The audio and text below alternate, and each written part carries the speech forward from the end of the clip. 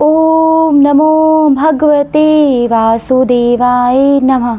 श्री राधे राधे। आप सभी का स्वागत है आपके अपने चैनल व्रत कथा में।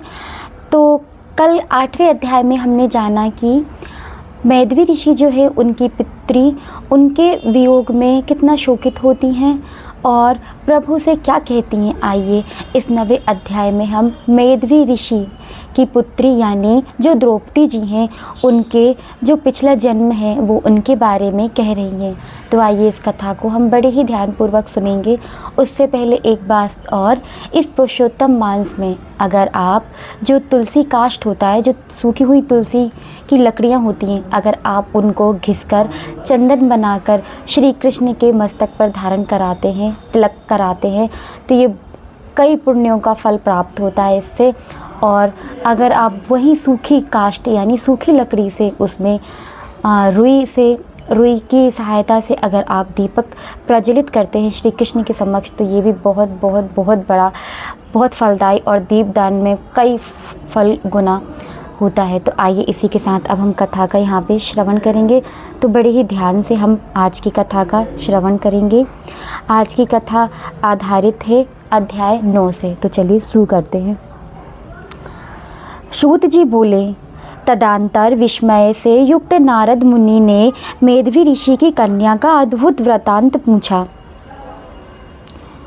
नारद जी बोले, हे मुनि, तब तपोवन में मैध्वी की कन्या के बाद में क्या किया और किस मुनि श्रेष्ठ ने उनके साथ विवाह किया।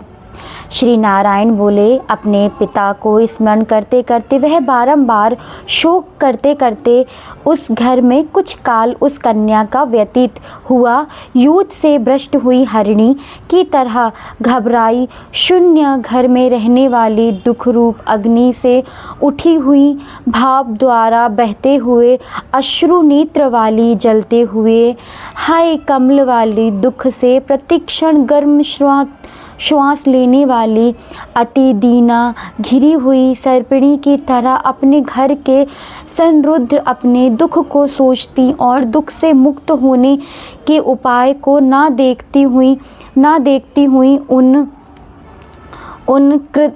कृदरों को उसके शुभ भविष्य प्रेरणा से सद्वंत देने वाली के लिए उस वन में अपनी इच्छा से क्रोधी जिनको देखने से ही इंद्र भयभीत होते हैं, ऐसे जटा से व्यस्त साक्षात शंकर के समान भगवान दुर्वासा ऋषि आए।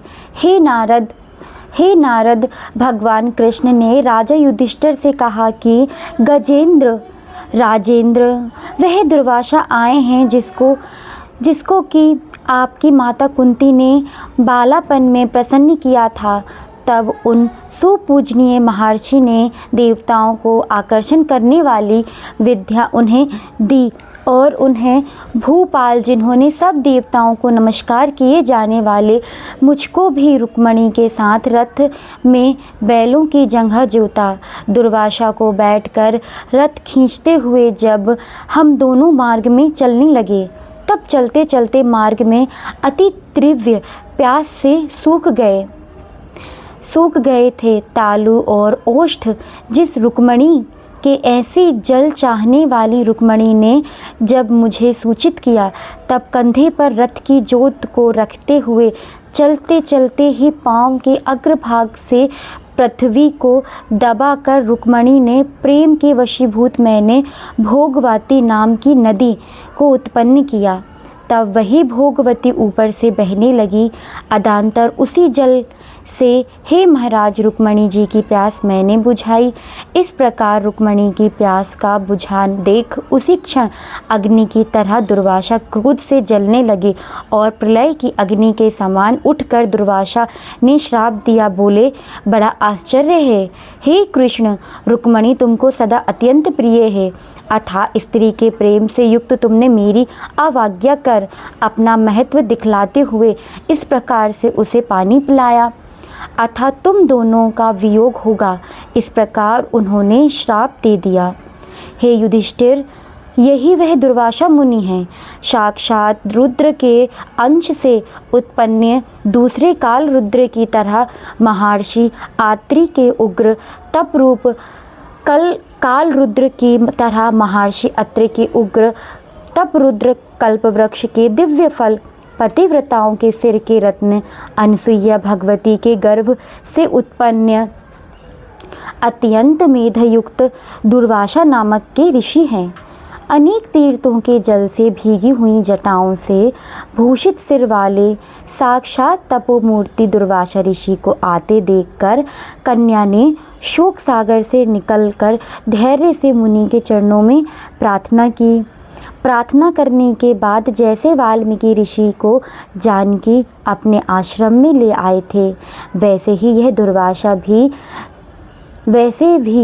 यह भी दुर्वासा को अपने घर में लाकर आर्धपाद एवं विभिन्न प्रकार से जंगली फलों और पुष्पों से स्वागत के लिए आज्ञा लेकर आदरपूर्वक पूजन कर तदंतर हे राजन, यह बाला बोली। कन्या बोली, हे महाभाग, हे आत्रि कुल के सूर्य, आपको प्रणाम है। हे साधो, मेरी अभाग्या के घर में आज आपका शुभ आगमन कैसे हुआ है मुनि? आपके आगमन से मैं आज मेरा भाग्योदय हुआ है, अथवा मेरे पिता के पुण्य के प्रभाव से प्रेरित मुझे संतापता देने के लिए ही आप मुनि सत्ता आए हैं। आप जैसे महात्माओं के पाँव की धूल जो है वह तीर्थ रूपी है। अपना जन्म आज मैं सफल कर सकती हूँ। आज मेरा व्रत भी सफल है। आप जैसे पुण्यात्मा के जो मुझे दर्शन हुए, अथा आज मेरा उत्पन्न होना और मेरा पुण्य फल सफल हुआ। ऐसा कहकर वह कन्या दुर्वासा जी के सामने चुपचाप खड़ी हो गई। तब भगवान शंकर के अंश से उत्पन्न दुर्वासा मुनि मंदहास्य युक्त बोले। दुर्वासा जी बोले, हे द्विजसुते, तुम बड़ी अच्छी है। तूने अपने पिता के कुल को तार दिया। यह मैधवी ऋषि के तप का फल है जो उन्होंने तेरी ऐसी कन्या उत्पन्न की है। तेरे धर्म में तत्परता जान कैलाश से मैं यहाँ आया हूँ और तेरे घर आकर तेरे द्वार पर मेरा पूजन हुआ। हे बारहारोहे, मैं शीघ्र ही बद्रिक आश्रम में मुनीश्वर सतानंद नारायण देव के दर्शन के लिए जाऊंगा, जो प्राणी के हित के लिए अत्यंत उग्र तप कर रहे हैं। कन्या बोली, हे ऋषि, आपके दर्शन से ही मेरा शोक समुद्र सूख गया। अब इसके बाद मेरा भविष्य उज्जवल ही है, क्योंकि आपने मुझे संतावना दी है। हे मुनि, मेरी उस प्रदुभूत बड़ी भरी ज्वाला युक्त दुख रूप अग्नि को क्या आप नहीं जानते? हे दया सिंधु, हे शंकर, उस दुख अग्नि को शांत कीजिए।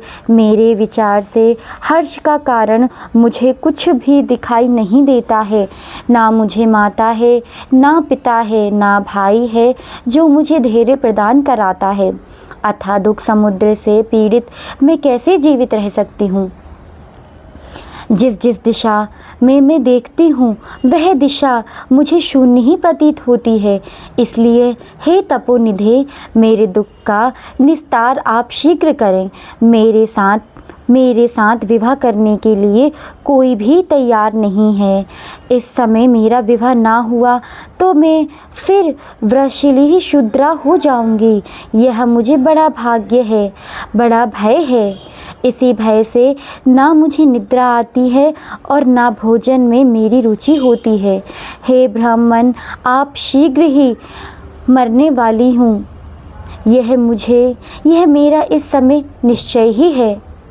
ऐसा कहकर अश्रु बहाती हुई कन्या दुर्वासा के सामने चुप हो गई। तब दुर्वासा कन्या का दुख दूर करने का उपाय सोचने लगे। श्री नारायण बोले, इस प्रकार मुनि कन्या के वचन सुनकर और इनका अभिप्राय समझकर बड़े क्रोधी मुनिराज दुर्वासा ऋषि ने उस कन्या को कुछ हित विचारपूर्ण कृपा से उसे देखकर सारभूत उपाय बताए। इति श्री ब्रह्मांडीय पुरुषोत्तम महत्सय नवो अध्यायम समाप्तम। तो यहाँ पे 9वां अध्याय समाप्त हो चुका है। इसी के साथ हमारी आज की कथा भी यहाँ समाप्ति की ओर आई है। तो आपने देखा, आपने जाना, आपने यहाँ तक की कथा बड़े ही प्रेम से श्रवण करी। तो अब आगे की कथा है, आप आगे की कथा कल के अध्याय में हम प्रारंभ करेंगे। आप इसी के साथ हमारे साथ हमेशा जुड़े रहें, हमारे चैनल पे जुड़े रहें, ताकि आपको रोज़ जो अध्याय कथा होते हैं वह श्रवण कर पाएँ।